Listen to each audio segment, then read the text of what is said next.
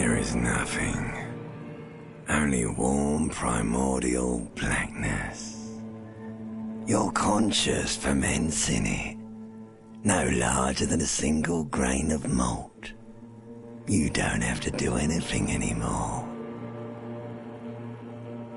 Ever. Never, ever.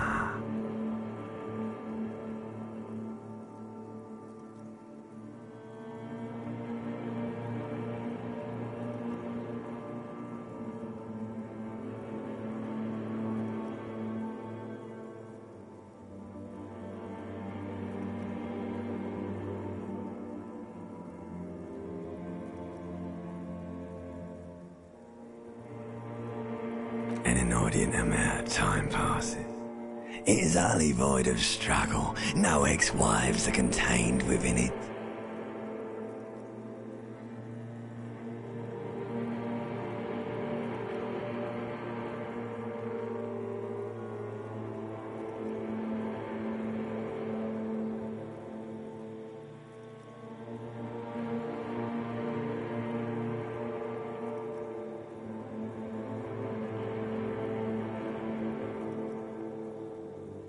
An awareness creeps up on you. A mass lies hidden in your dead angle, soaking in some lurid acidic sauce. It's bloated and shameful, a pool of meat surrounding you. This is a terrible line of questioning, and it will only lead to more awareness of the meat thing.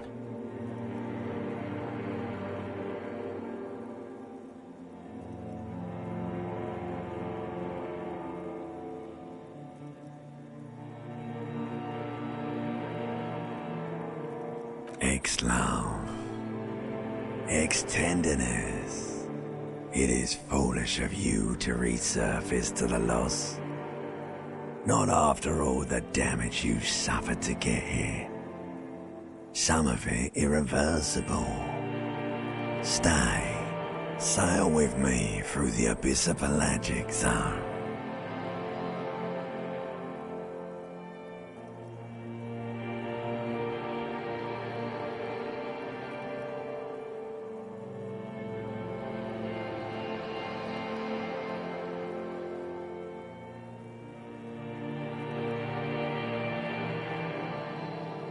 Alright, nothing down to fuck all, Borough.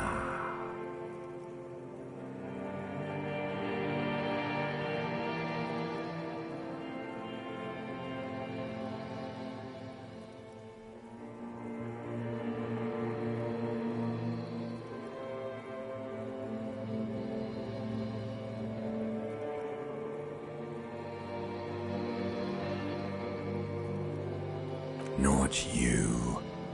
Your days of giving a shit and being that type of animal are over.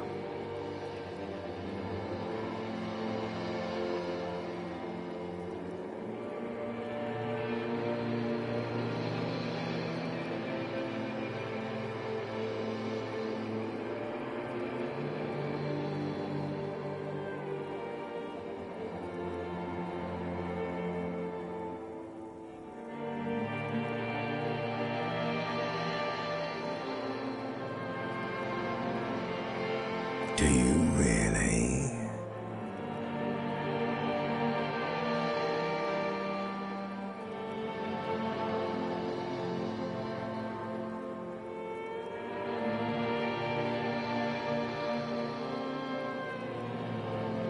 The song of death is sweet and endless.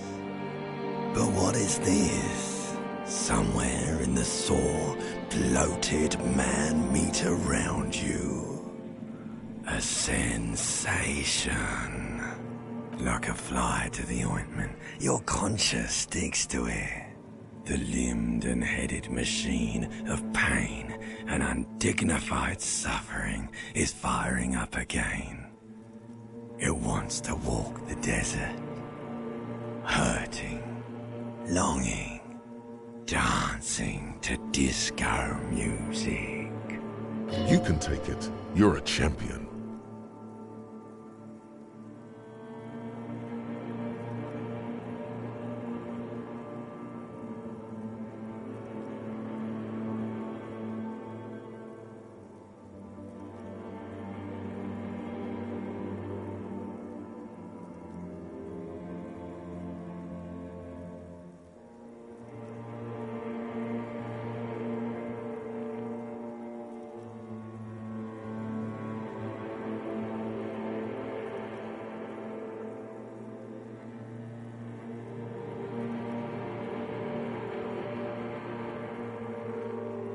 The stench of liquor rises from your mouth, and with it, an ungodly headache.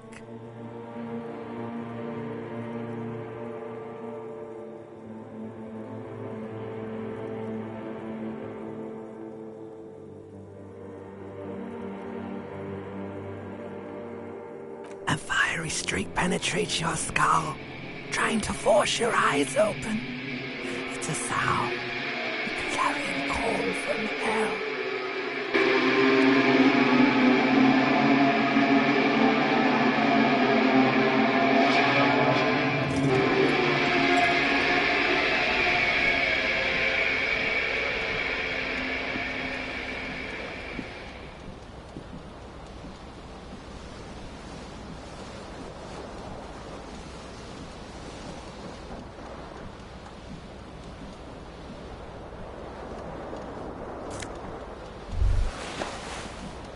You hear a jingle. Keys are clinking in the pocket of your flare-cut pants. It says, "Whirling in rags," on the aluminium keyring. There is a single key on the ring. The number 1 is etched on it. It should open the door.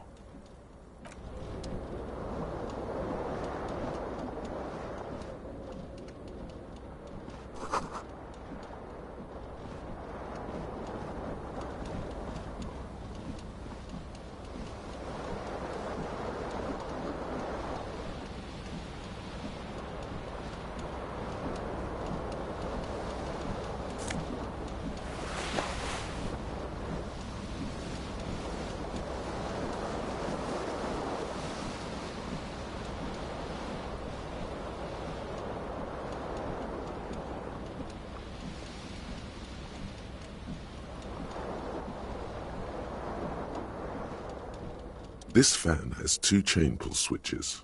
One ends in a tiny fan, the other in a light bulb.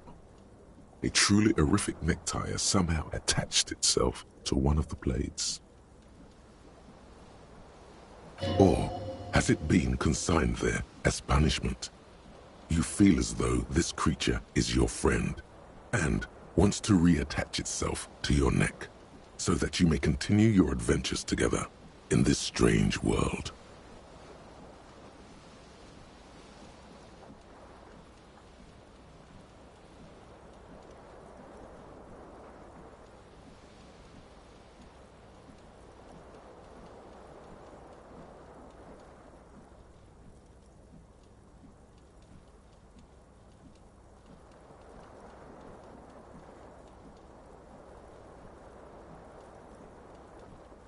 The blades come squeaking to a halt. It should be easier to reach the tie now.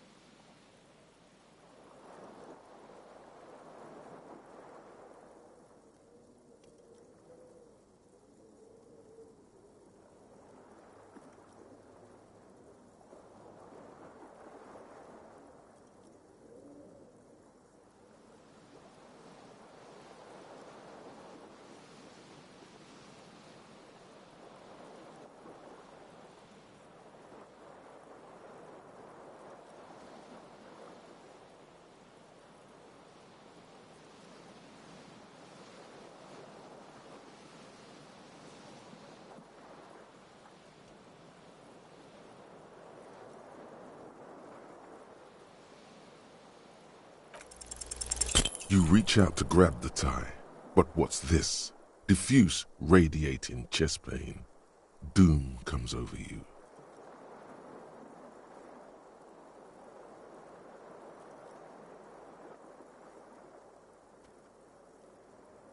This is bad. Feels like sharp stones grinding in your chest and keeping you from moving. for quite a long time. Still ongoing. Now is a good time to start worrying. Finally, the pressure recedes. You find yourself covered in cold sweat and trying not to move, hoping it will keep you from dying.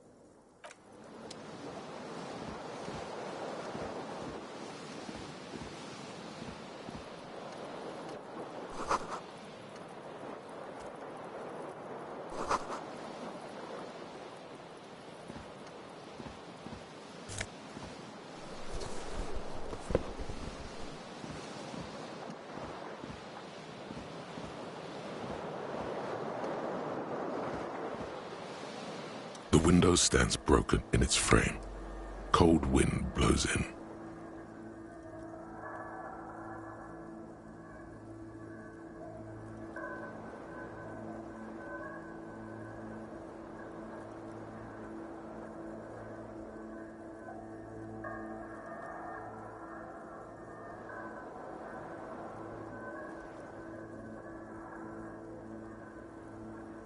The morning light hurts your eyes. It's hazy, but you see the ocean and some war-torn buildings. The shards face outward. Whatever broke this window came from the inside. A fine web of scarring covers the back of your right hand, but none of it is recent. More likely a projectile than a held object. There are no fragments on the floor from pulling a tool back in after impact.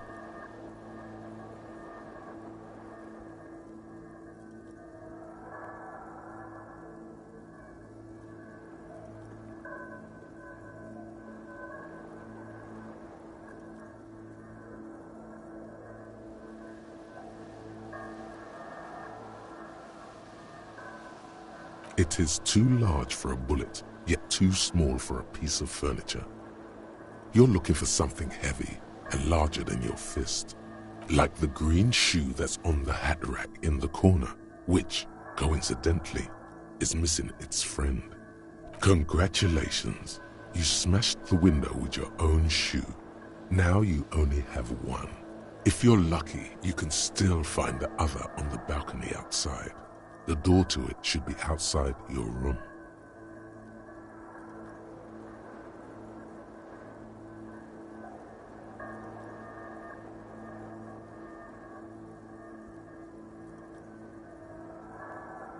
The cool wind gushes in. Your toes curl up from the cold.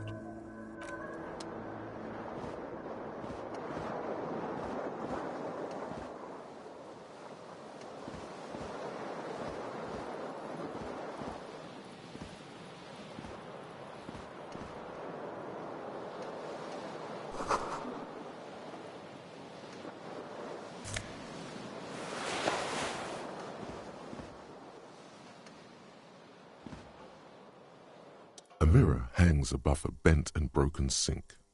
In a fierce discharge of masculine energy, someone has ripped half the faucet off.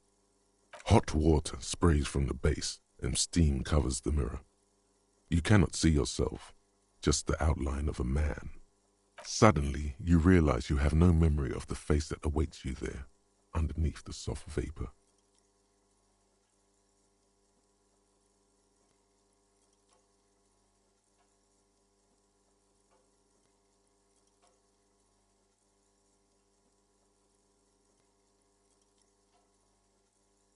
As you slowly reach your hand towards the surface of the mirror. Abort. You clearly have not thought this through. You won't like what you see there, and you will never unbecome it.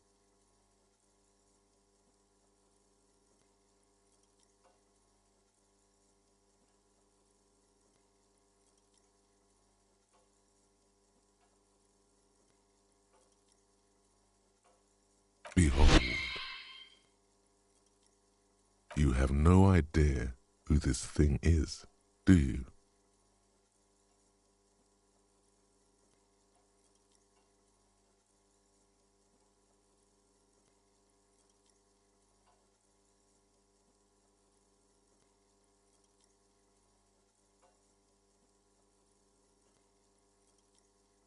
It appears you're also dead. There's clearly rigor mortis on your face. Or wait, is that an expression? Are you trying to make an expression with that face? Why?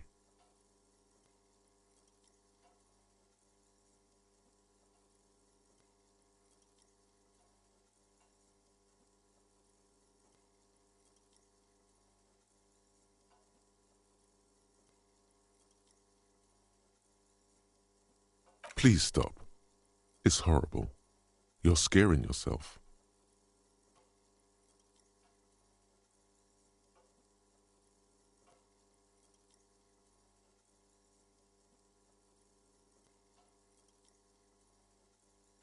Oh my God. You can't stop. It's like it's not even voluntary anymore. You have worn that grin into your face and now it won't come off.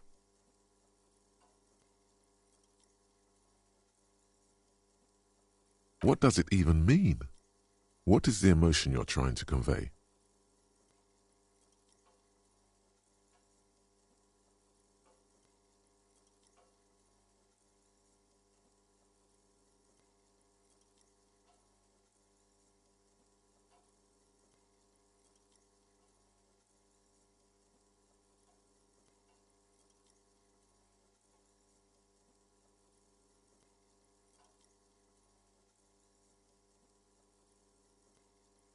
Please promise yourself you are not going to try it on any of the ladies, whatever happens.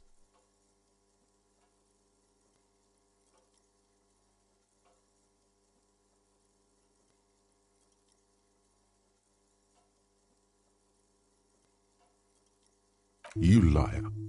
You can't even tell the truth to yourself. Go ahead. Try something.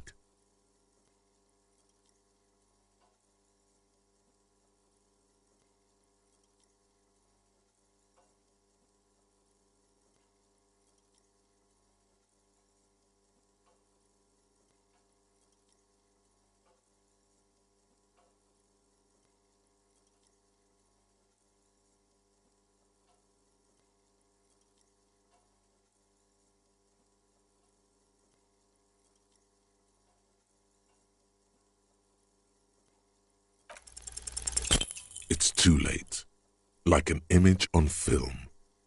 The expression belongs to your primary motor cortex. It would take a minor neurological miracle for you to cease producing it.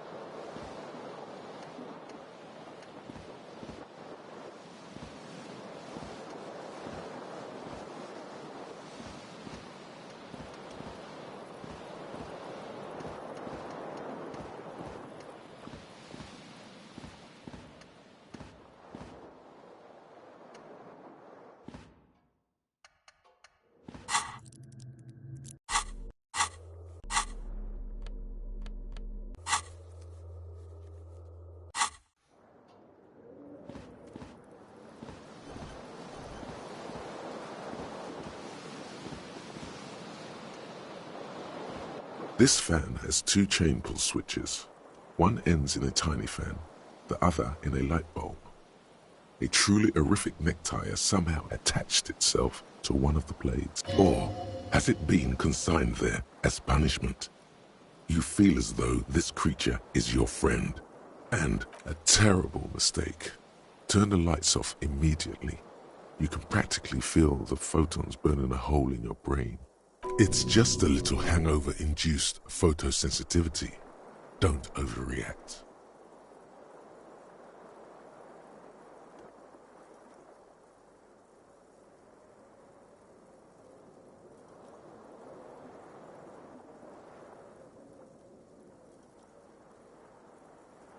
Little black spots dance on your retinas.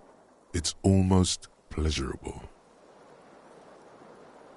The lights are off again.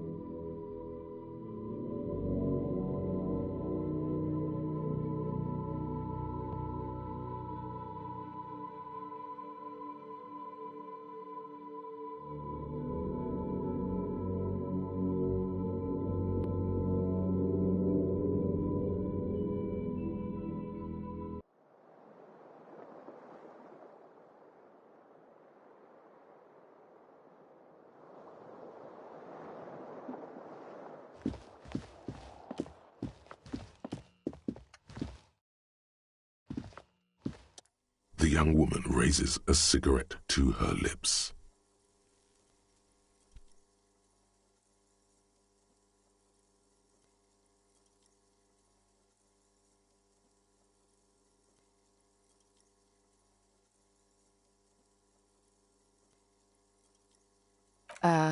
No. There's only one solution to this. You're a businessman.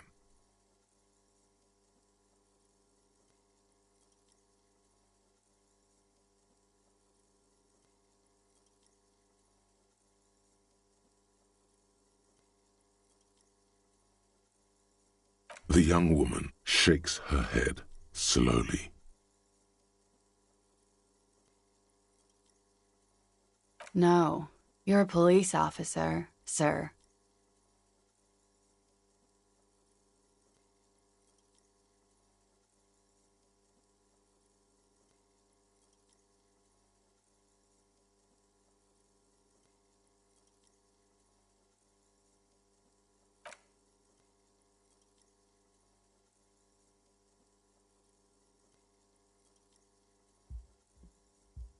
You've been here for 3 days. On official police business, no less. I couldn't say. In truth, so far, mostly drinking.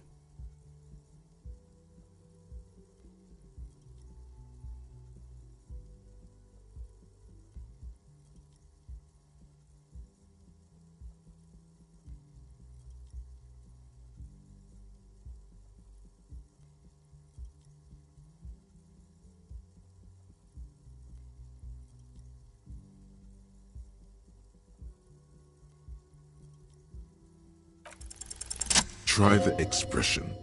Come on, why are you still doing this? Alcohol raises testosterone levels, especially in men. The levels remain elevated after inebriation ends and the pain begins. You seek comfort.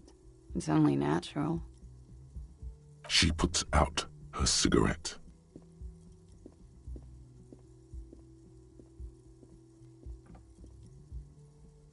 She looks back at you, a light glinting off her eyes. And now, it never stops. Goodbye.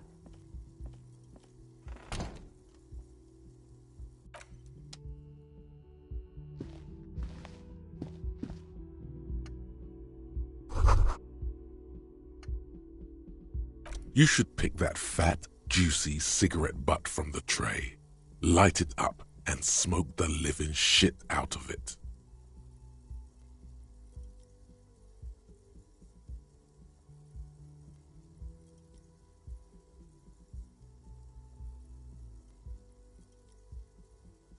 The living shit.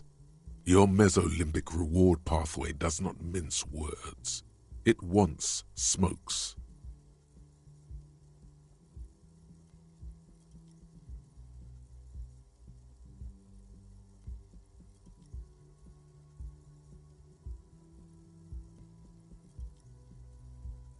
Who knows what you are?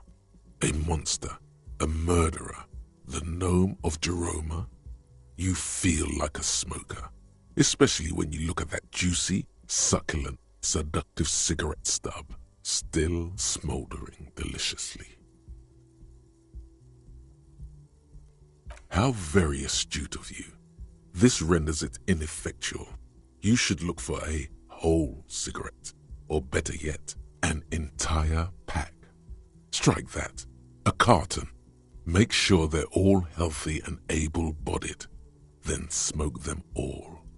Or you could not do that. No one is making you.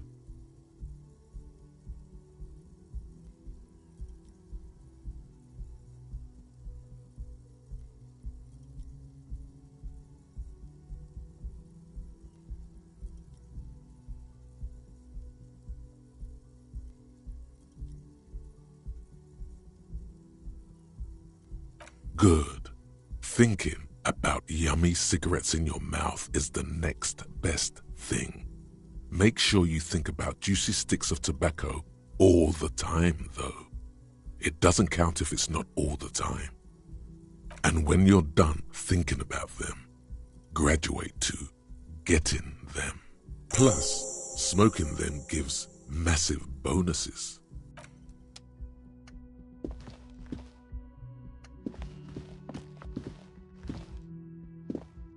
The door is closed.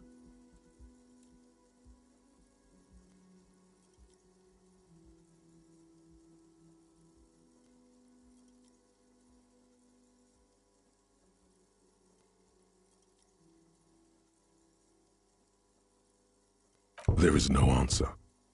You hear the shower being turned on, somewhere inside. A tremendous loneliness comes over you. Everybody in the world is doing something without you.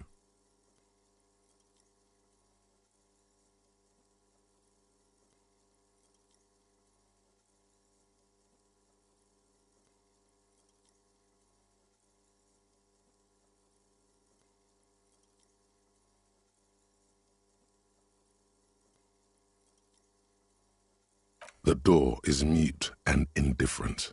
Your despair is a joke to it.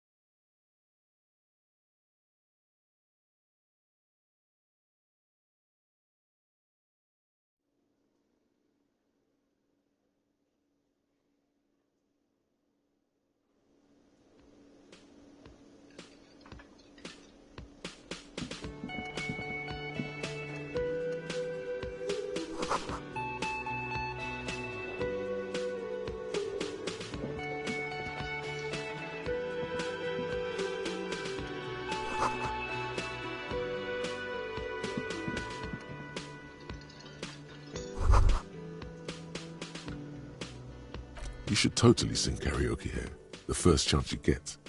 Your emotions need to be expressed. People need to know your vast, oceanic soul.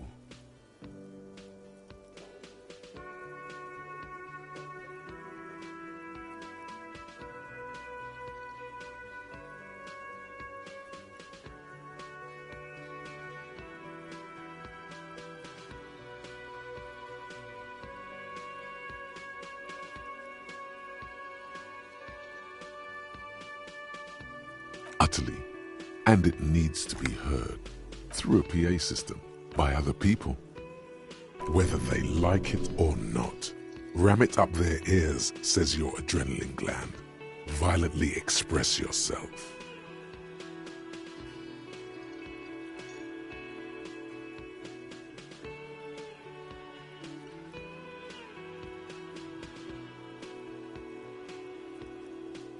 You have not yet stumbled on the right lamentation, but it's out there. It'll come to you. You will wreak havoc with it. Don't worry.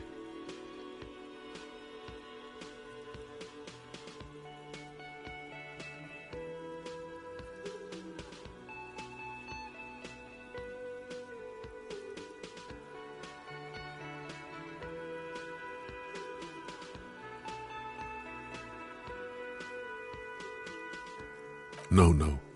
Don't sing the happy song. It's stupid. Sing the sad song. It's profound. You have to find something tragic to sing first, though.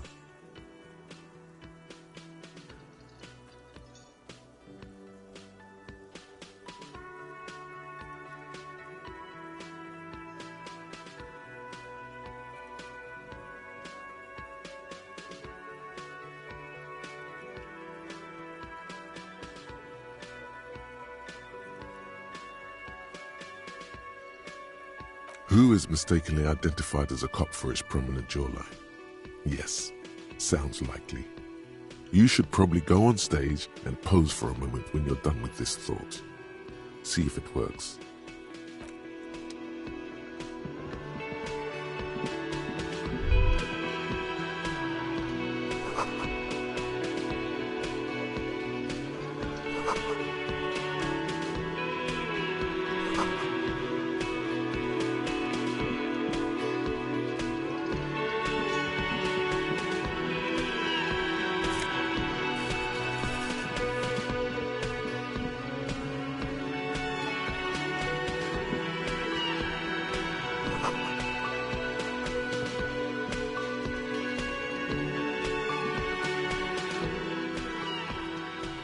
Hello, sweetie.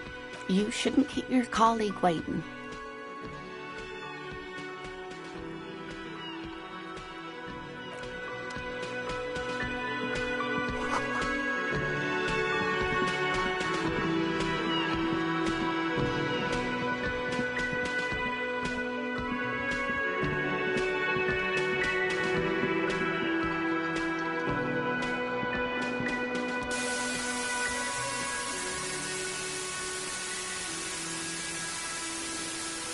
On the counter, rolled out of his open hand, you see a blister pack of headache medicine.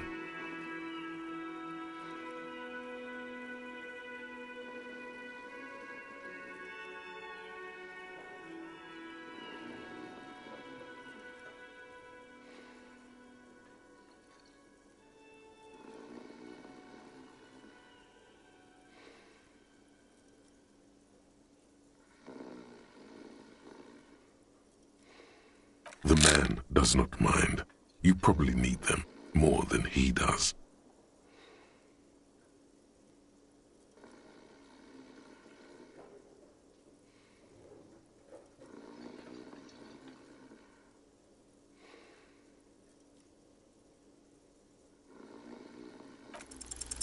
You gently shake his shoulder, but nothing happens. This man could probably sleep soundly in a ship's engine room.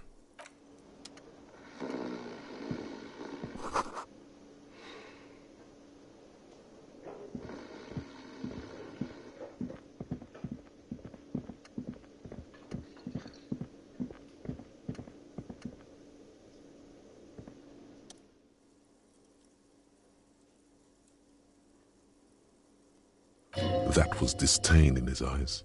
Even now he is purposely ignoring you. Looks like he's not a fan.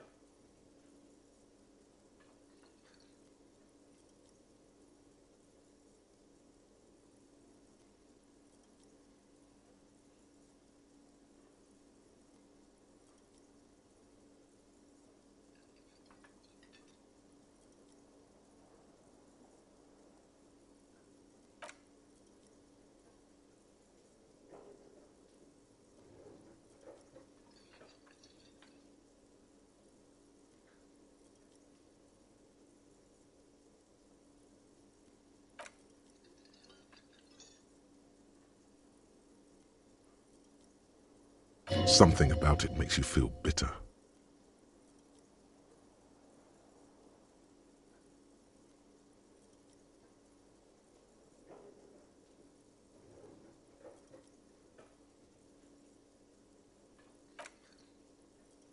Look, your buddy is over there. Why don't you go and talk to him, okay?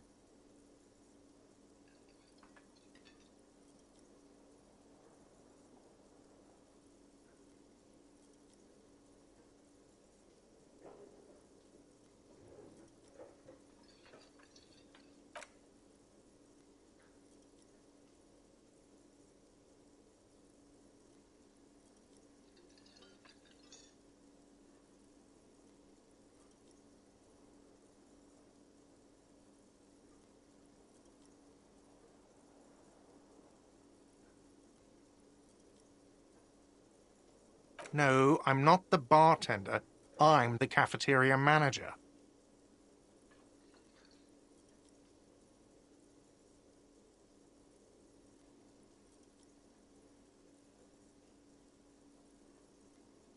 I have 3 cafeterias to manage. 3. Sylvie tends the bar here, not me. I'm only standing in.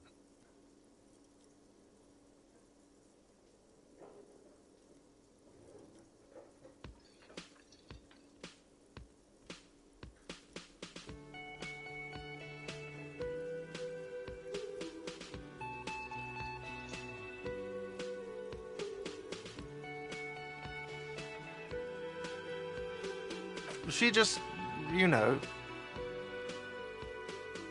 There's something there, and it's not good. That's all you know for now.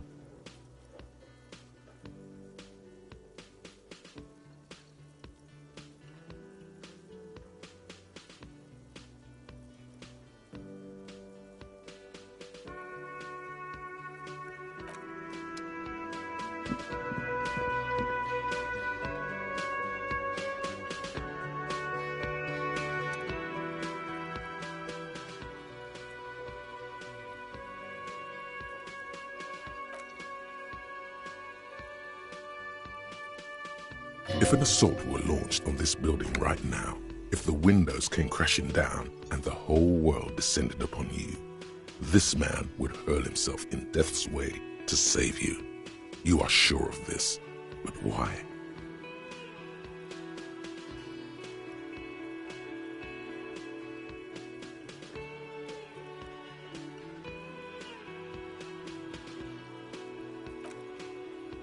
Hello, I'm Kim Kitsuragi, Lieutenant, Precinct 57. You must be from the 41st. This is your chance to come up with a really good name for yourself. Get creative. Conceptualize.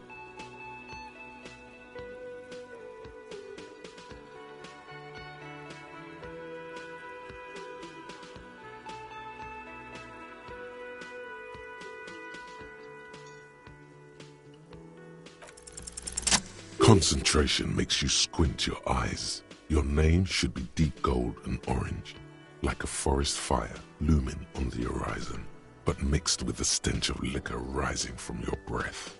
You're 2 steps closer to it, but there are still many to go.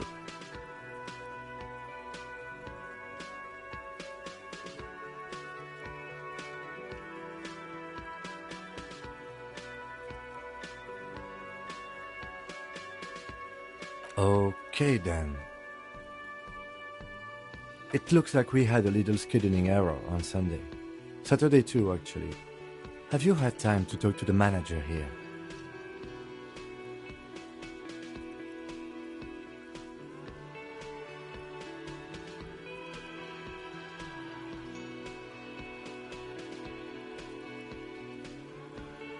If you don't mind, we should talk to him again. Ask him for a rundown of the area. Now that I'm here as well. I understand the scene is out back, right? It also wouldn't hurt to assure him the police are finally here. In full force, I mean. Have you mapped out the initial interviews?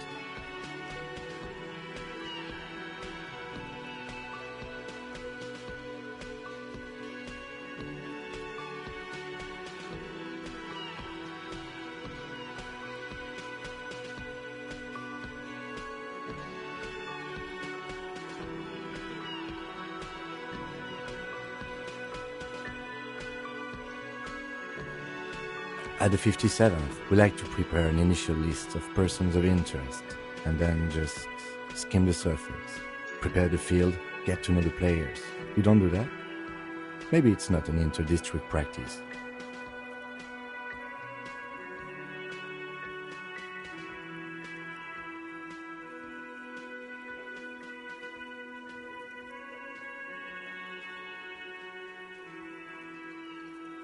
Right.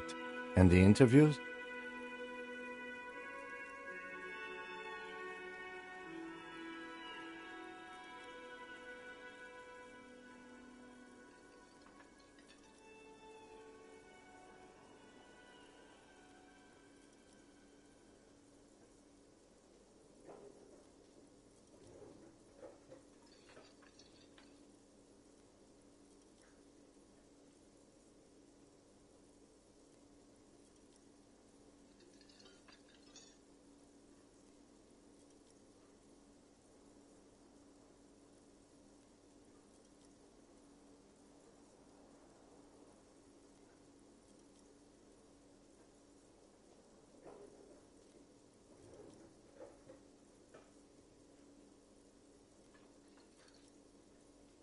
Good. But even if you haven't, we'll have time for that after we take a look at the coroner's case. Have you removed the dead body from the tree?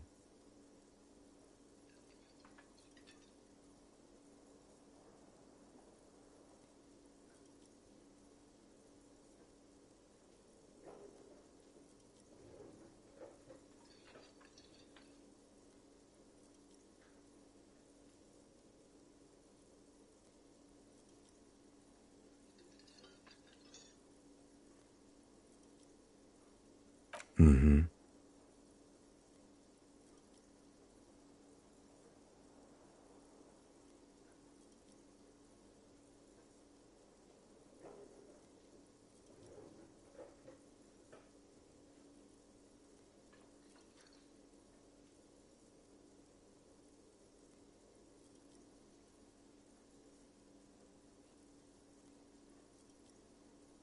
So, the body is still in the tree. This is the first time you detect a weariness in the lieutenant's voice. It is obvious he would have preferred for the body to no longer be in the tree.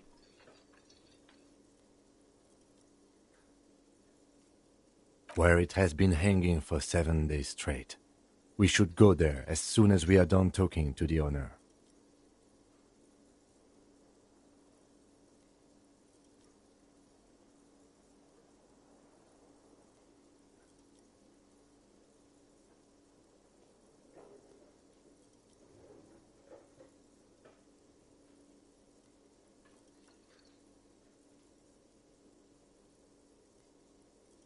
Talk to the manager. Then we go out back and take the body down.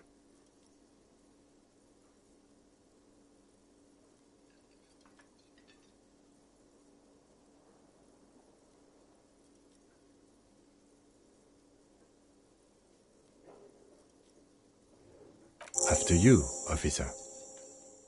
If you're about to embark on an investigation, shouldn't you have a badge? You mean you don't have a badge?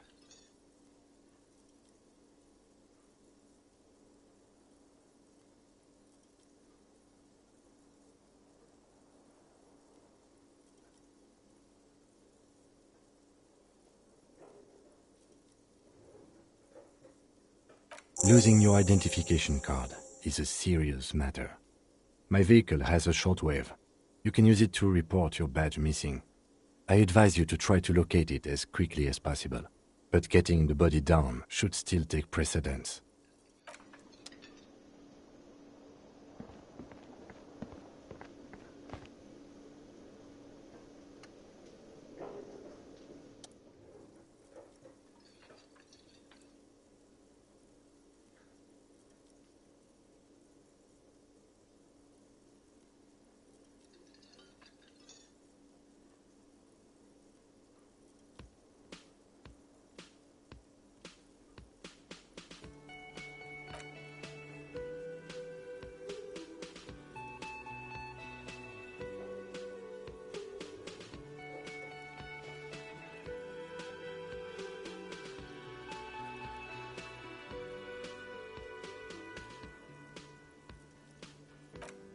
Have you tried concentrating on something other than your personal affairs?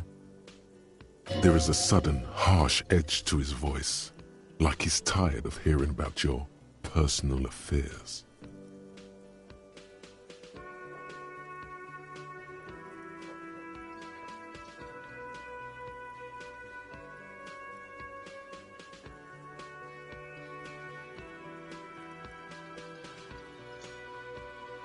Fine. We should get through this day first. Off hours begin at 9 p.m.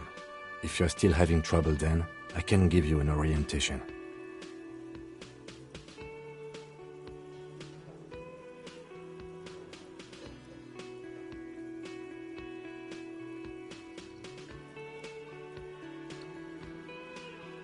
Focus on other people's troubles, not your own. That is a relief. Your heart beats twice like a fist. The serotonin deficiency makes your teeth clench.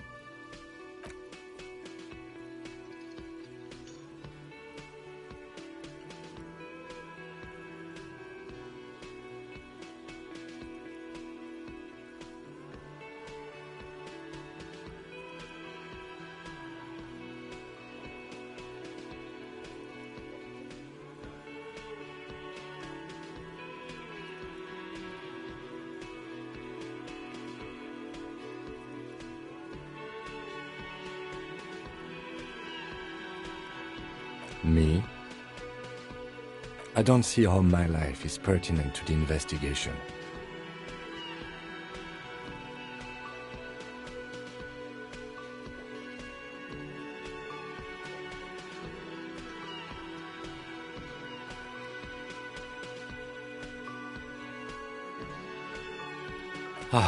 If you insist. What do you want to know?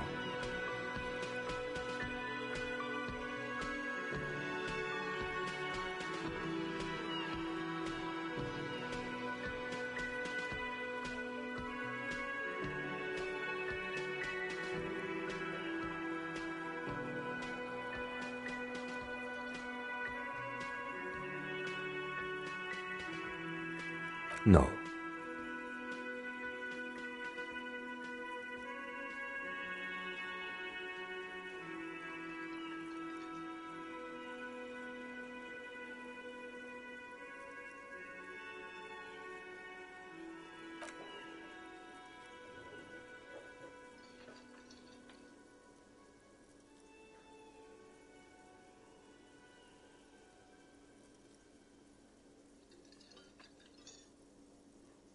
That's because I'm half Seolite, or quarter.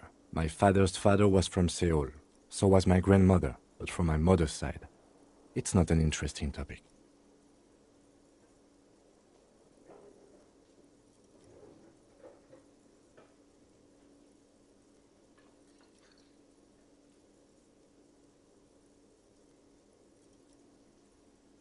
It's a part of the world, officer. A geopolitical entity and a geographic division. I told you it wouldn't be interesting.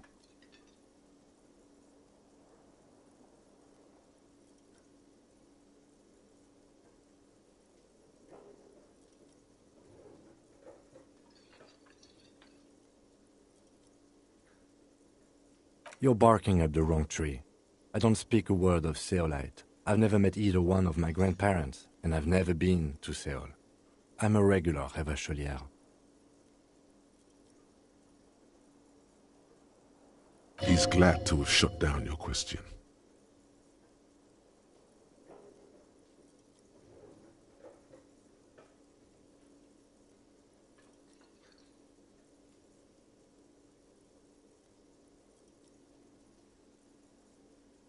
What do you mean?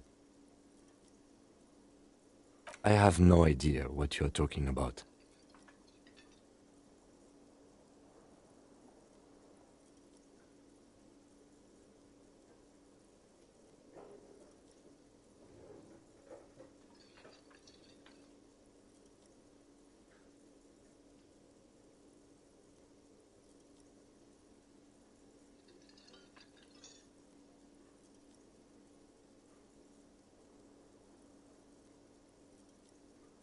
I can't say that it does, no.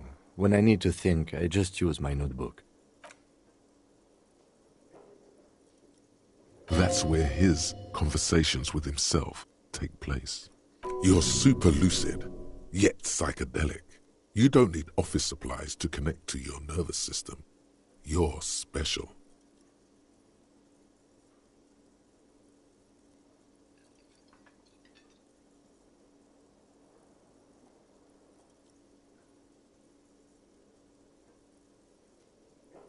Good. Let's change the subject.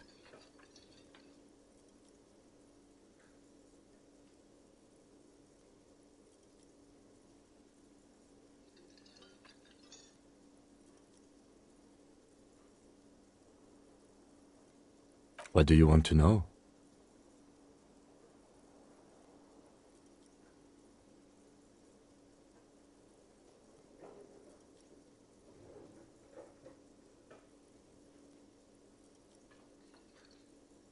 Maybe you can tell me what you do know to help me narrow it down a bit. Do you want me to brief you?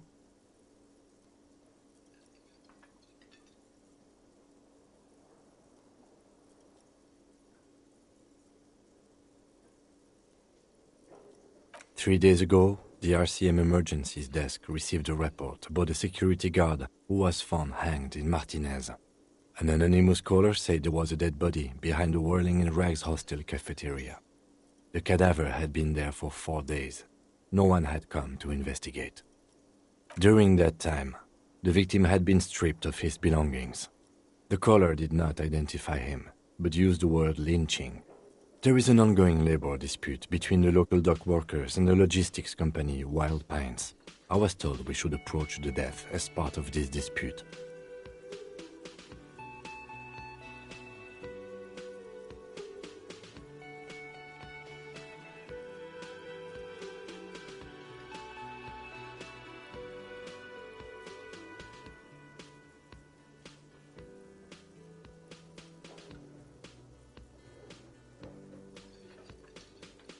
A security guard or worker of some sort hired by Wild Pines. This was just hearsay from Martinez, of course. We need to find out the truth. To find him or her is one of our tasks here. For now, all we know is that the tone was muffled, using a device of some sort. The desk could identify neither the caller's age nor sex. There's a strong prejudice against involving the RCM in what's seen as union matters. The Dock Workers Union is the de facto police in Martinez. Now it appears they've started executing too. We cannot allow that.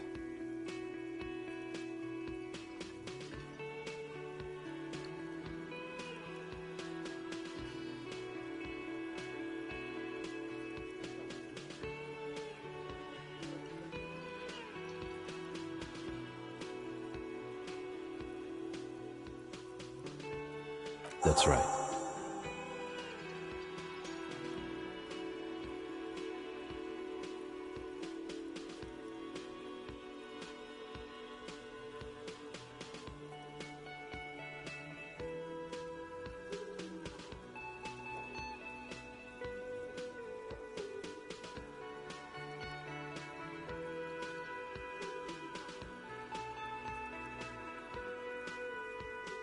You mean like a brief? Do you want me to brief you again?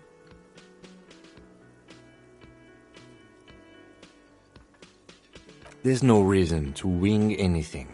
If you didn't get the brief, that's okay. I did. 3 days ago, the RCM Emergencies Desk received a report. During that time, the victim had been stripped of his belongings. The caller did not identify. To find there's a strong prejudice against involving the RCM in what's seen as union matters. The Dock Workers Union is, just to be clear, we are police officers. It's our job to find the killer. That's the case. Uncover and arrest the killer. Good.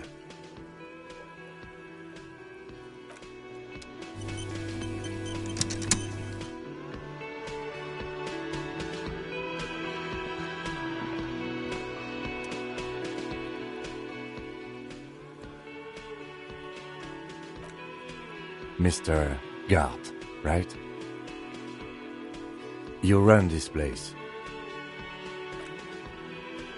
Yes. I am Kim Kitsuragi from Precinct 57. This is an inter-district investigation, so joining me from Precinct 41...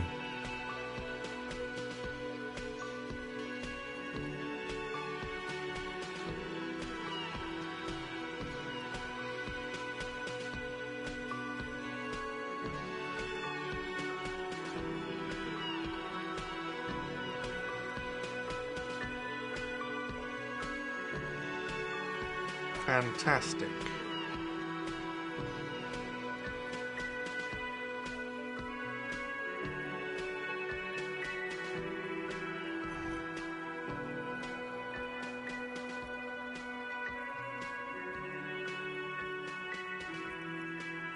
That's wonderful, really. I think so. But there's a dead body up there. No one wants to work in these conditions. It's been a week. Sir, I understand your concern, but we are here to do a job. And for us to do it, I need you to stay calm. Yes, of course. For a moment, the cafeteria manager fidgets under the lieutenant's gaze. Then he gives in. I know it took us a while to arrive at the scene, but it also took you a while to call us. It was you who placed the call, correct? No, I only just got here. It was probably Sylvie who called you. She usually works the bar here. I'm only temporarily taking over her duties. Do you have her number? As a matter of fact, I do. You said you just got here. From where? Are you a local? What, of Martinez? No, I live in Jamrock. I only sometimes come here to keep an eye on the place. This is just one of the many, many cafeterias I manage. But you still know your way around, yes? In case we need directions. Yes, I know where some things are, but as I said, I don't live here. I just used to work here. And I'm not going to start working here again, if that's what you think. I didn't imply that. Detective. I have everything. You?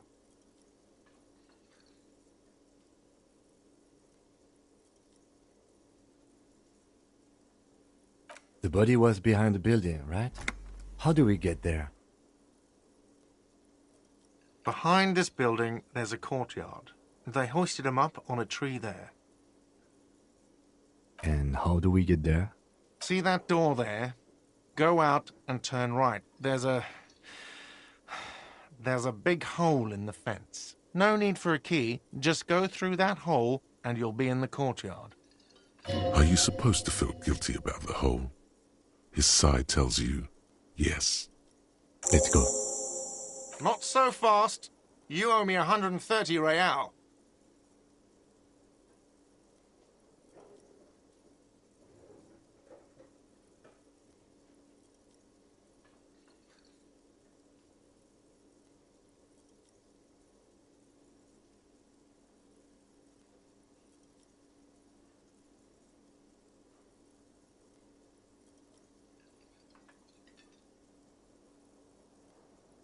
Oh, excuse me. You owe me 130 real.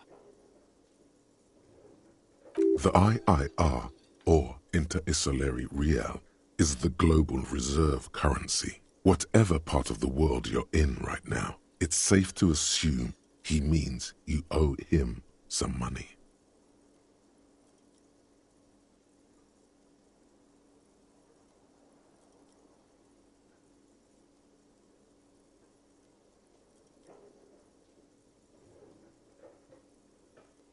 Wow, you're a genius. Yes, that's right, money. You owe this establishment 130 real.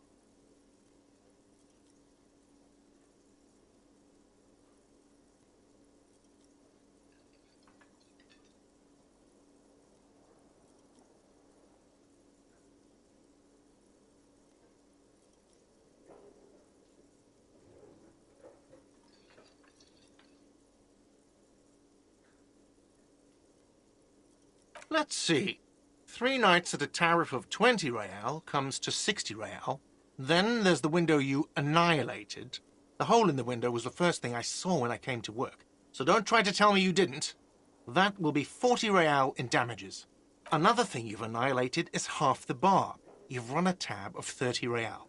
Actually more, but we'll round it down to 30 for your hard work maintaining the stability and order of Revachol. That's 60 plus 40 plus 30 equals 130 real.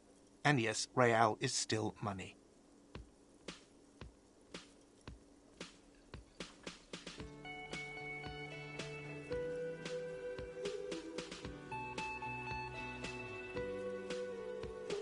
You can't arrest me. I haven't done anything.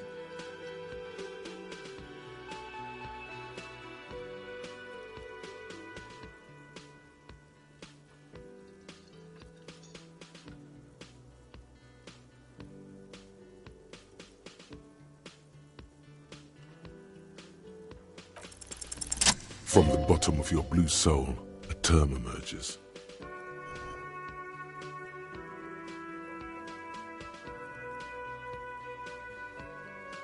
But it's not inane. You owe me money. It is cruel of you. A man has been killed. File a request for compensation with Station 41. We need to work now. Okay, you'll only have to pay for the window. And the drinks. That's 70. I'll get the rest from your stupid station.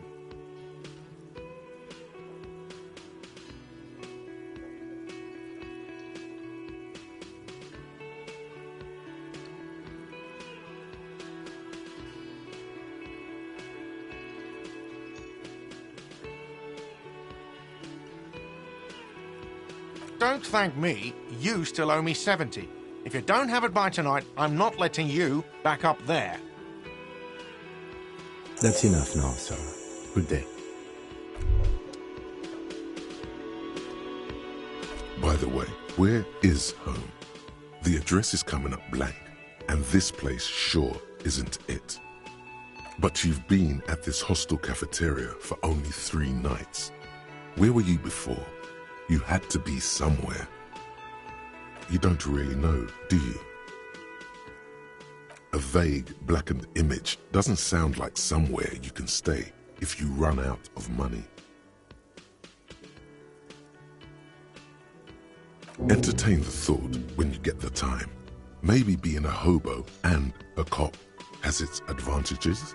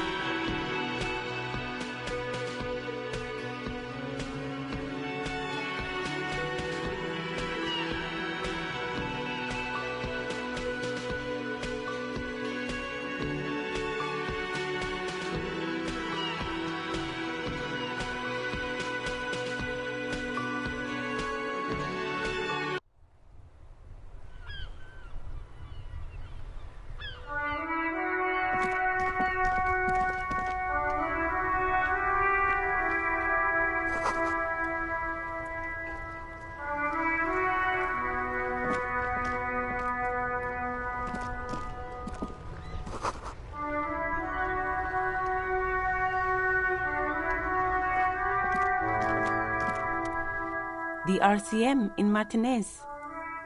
What can I help you with?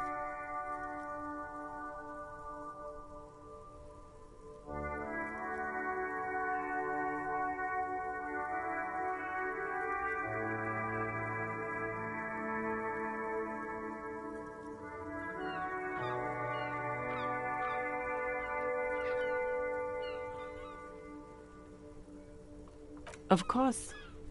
What can I help you with?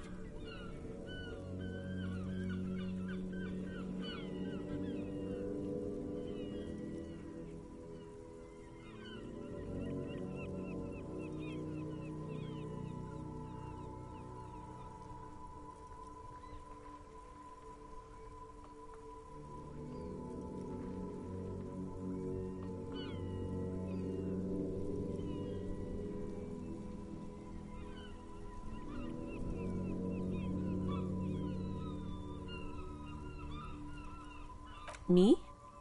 I am just a gardener. I am working. I have a greenhouse in the yard there. I've been trying to get some work done. There's discomfort. She stops mid-sentence. Well, as you probably know, there's a corpse hanging from a tree there. It smells pretty bad, so I have to take breaks. Don't worry, miss. We are here to clean it up. You can get to work soon. Thank you. My head is about to explode from all the salts I've had to inhale. Of course. Where to? What do you mean? Yes, sir. District of Martinez. This intersection is called Roundabout North. He knows where we are. He just wants directions. It's there. In the yard, right through the hole in the fence. There's the pier, the Cape Side apartment buildings, some more tenements. Not a lot, really. The harbor gates. Some kind of commotion, I think. I don't follow the local politics. A fleet store, too. Some shops and a bridge. The canal bridge leads to the coast, but it's broken, I think. Some kind of accident, probably. Just coast. There's a little fishing village there, and a fish market. But that got closed down ages ago. Rows of stalls under a broad roof, where silvery fish were heaped on newspapers. Water everywhere, pouring from the heavens in the shadow of the old church.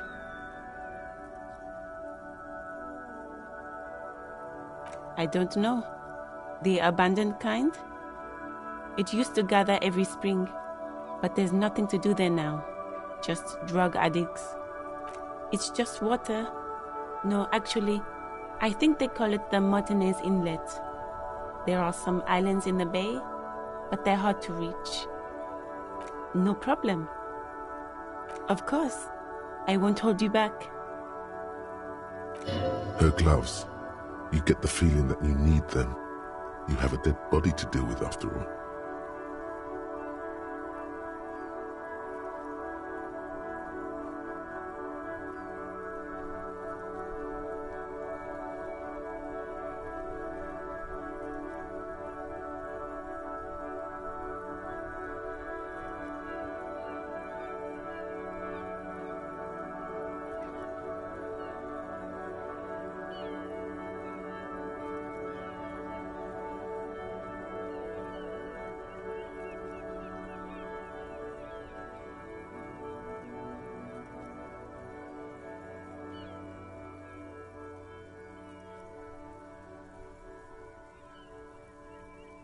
Sure, keep them.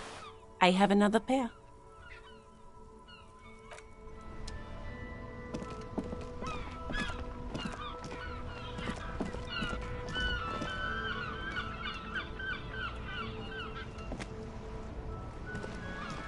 Before you stands a motor carriage. The bodywork is covered in blue and white livery, bearing the number 57. Vapor emanates from the large engine on the back of the vehicle. It hasn't had time to cool off yet. In the cabin, you are welcomed by a set of steering levers, a radio microphone on a hook, a pull-out toolbox under the seat, and the soft glow of the fuel preheater gauge. The frequency tableau lights up, and the green button labeled Prime Line glows like a feline eye. And then you hear something. The soft purr of electrical kittens, radio waves cast far and wide over the metropolis. A woman's voice greets you through the static. This is Precinct 57. Hello, Lieutenant. How may I assist you? Hello, Alice. Please assist our colleague from the 41st Precinct here. I'm putting him on. This is Officer Alice Demetri, Precinct 57. How may I assist you?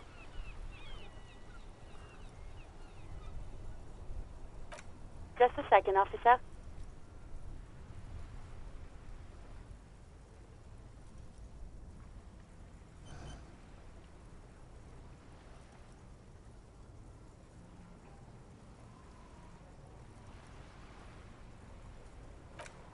Ten 2, 10-5. This is 41st. Come in. Over.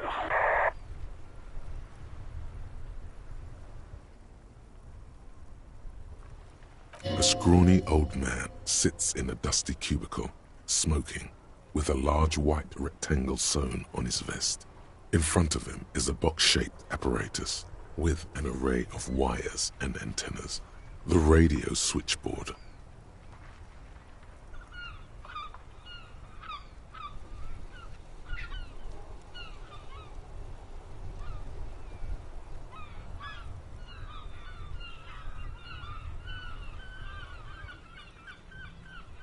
Ten 4, what's your status? Over.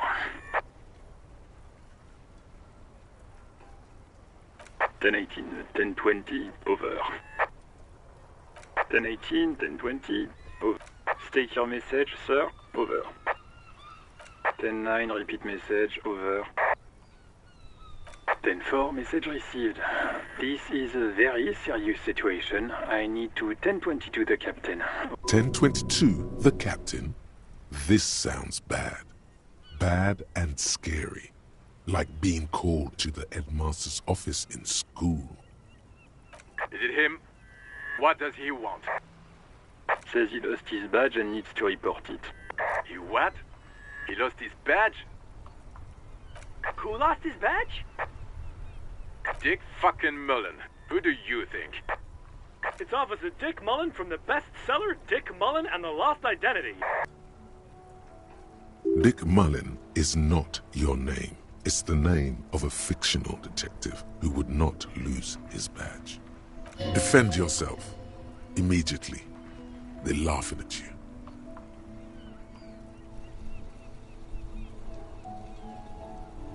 Ten-4, I hear you, officer. I'm just going to make a note here that you are in pursuit of your misplaced badge. Over. Fuck me. Mac, come here. You've got to hear this. Dick Mullen lost his badge. Super Copy lost his badge. His badge. He lost his goddamn fucking badge. He asks you to please stop. Sergeant Orson was wondering if you found your badge yet. You don't have a comeback. Sorry. It's hard to think like this. He's not replying. Looks like he's still looking for it. 10-9, come again. I didn't get that. Over. New heights even for Captain Sober.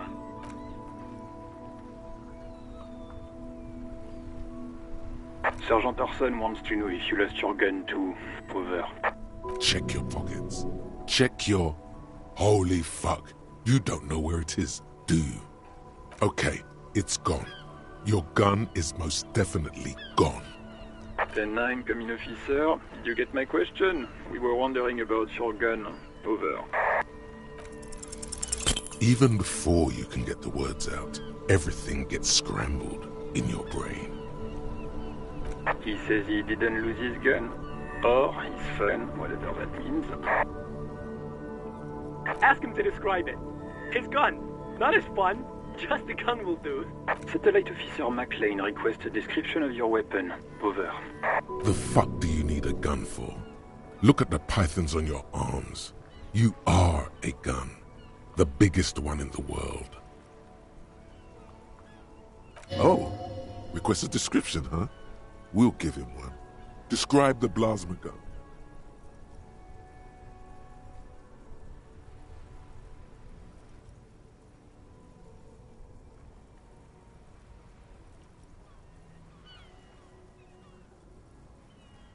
It's a single-shot kill A9.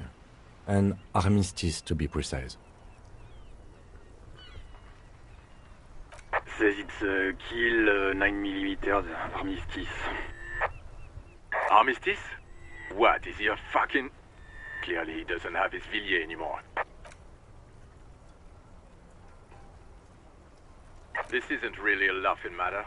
Mac can face a giant of Coco Nur by himself, but Disco here made him piss his pants. I'm not going to. Sergeant Orson here is wondering if you are still in possession of your genitalia. Over. Now is a good time to say fuck and ass and so on. That'll make this all right.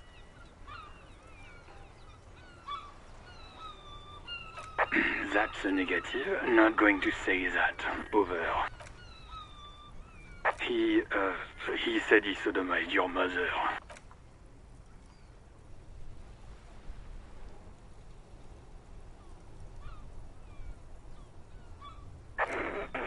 Sure her vanilla waffles were the only thing he ate?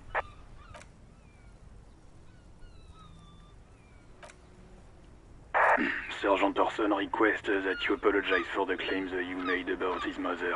Over.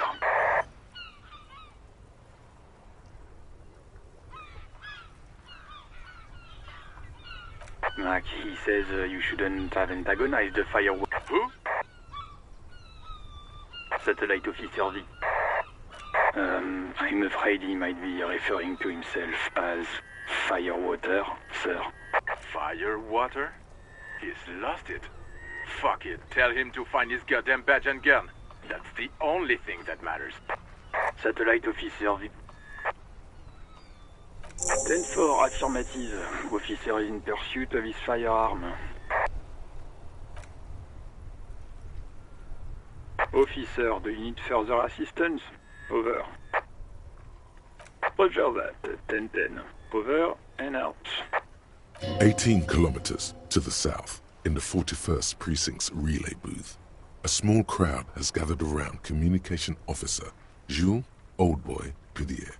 Around a dozen cops, The small room is filled with cigarette smoke, abuzz with laughter when Officer Judith Minnow enters. Her left arm is in bandages and her hair trimmed short. What is going on here? Did something happen? What happened is my partner made contact. It's not good. He's lost his badge and his sidearm. He seemed confused, delirious even. Mac, the torso Torson, is finger-fucking his fist, laughing hoarsely and apparently telling some dirty story to his partner, Chester McLean, near the entrance. Yeah, Mac's right. That was some gnarly shit there. Enough! None of this is funny. It's fucking sad. That's what it is. He's a cop. He's one of us, goddamn this. We must help him. Yeah? How do you fucking plan to do that, huh? Get him off the drink? Go jogging with him in the morning and get him on carrot juice? He's a lost man. I just know we can't give up on him when he's at his weakest. He wouldn't. Mac, man the door. You know what he told me? I don't want to get better. I want to get worse. Those were his words. This shit does not leave this room. Not a word of this to the captain, or anyone else. We'll give him a couple of days to pull his shit together. I guess I can hold off the report for a few days. Good. Okay, everybody. Nothing but a prank call here. We all got our laughs. Now get back to work. Far north, on the other side of the motorway, the officer quietly hunches with his hand in the motor carriage. A metallic drawer slides out from under the seat and clicks into place. The tools inside are neatly organized. Take what you need, officer. It's going to be a long case. I'm not protective of my tools, like some men are. He's clearly a little protective of his tools. But what can you do? Work is work. The pry bar feels nice and cold in your hand, heavier than you'd think. Cold and heavy, like truth. You feel like you're reunited with truth once more. Useful for opening all sorts of doors and lids. The handles are long and sleek. Snap, snap, go the cutters in your hand. It's robust, weatherproof, and well-made. Police issue, blue. Lets you see things in the dark you would otherwise miss. The pull-out toolbox slides back into its nest. Preheater gauge casts a warm glow on the steering lever.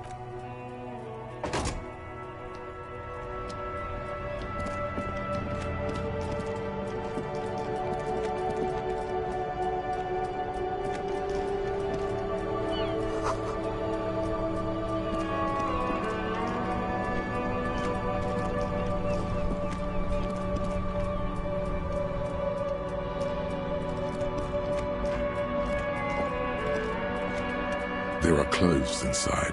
Cheap second-hand clothes, smelling of strangers' body odors. Don't be shy. These are premium class clothes. Good quality fabrics, best retro design. Save the economy with your style, officer.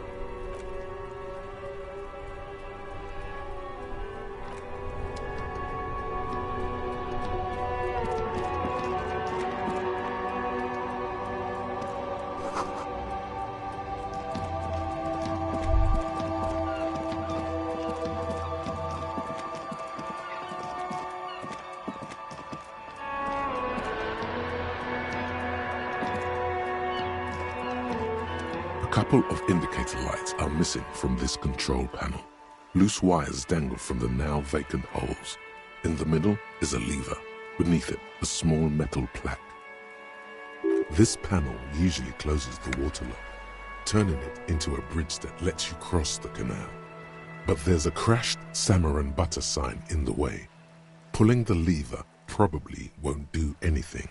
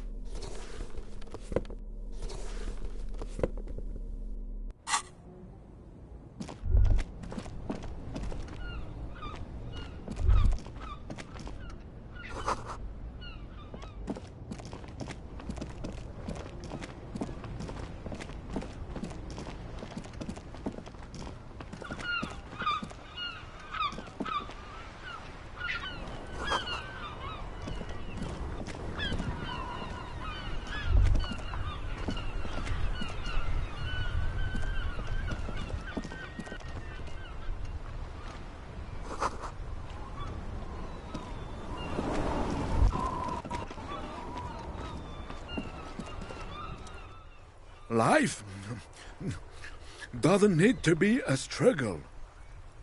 I'll be with you in a moment, officer. Let me just finish my sandwich. Talk to Angry Hard René first.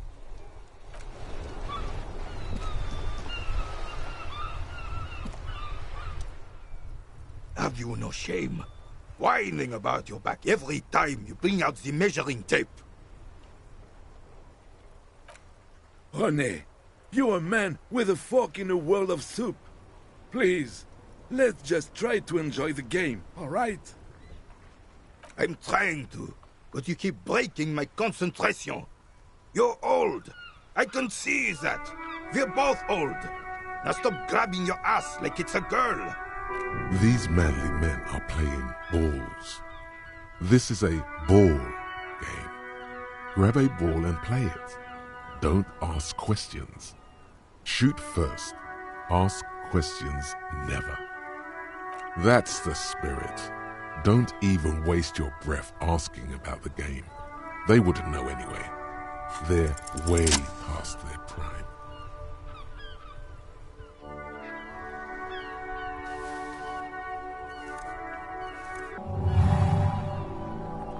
You are immediately surprised by the ball's lack of weight. No matter, you'll make it work. God, this is right. You feel the familiar tremble of excitement and adrenaline that precedes every victory. Time has frozen. The cold metal ball is surprisingly smooth against your neck. It has a pattern on it, probably a sponsored ball. Yours would only be covered with bumps of learning and scars of victory. Already your muscles are adjusting to the weight, the nervous system calibrating, until you and the ball have merged into a single entity. The man ball is ready.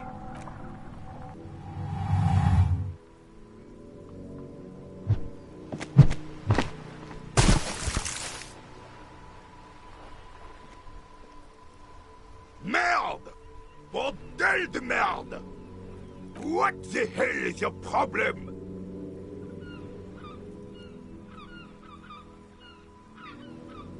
You vandalized our game, son!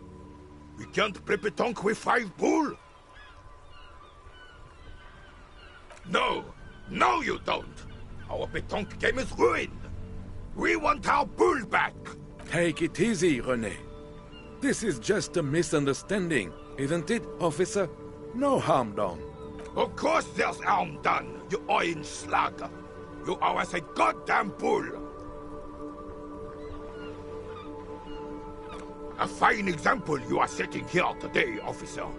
I will remember this, and Gaston will too. It's okay, officer. Forgotten completely. It was my bull, and I have a spare. Everything is good, and we're ready to assist any way we can. He's trying to avoid conflict at any cost. The lieutenant says nothing, but his face is rigid. It seems he does not approve of your athletic displays. It's your refusal to take responsibility I don't like. Just talk. It'll smooth things over. Old people like attention.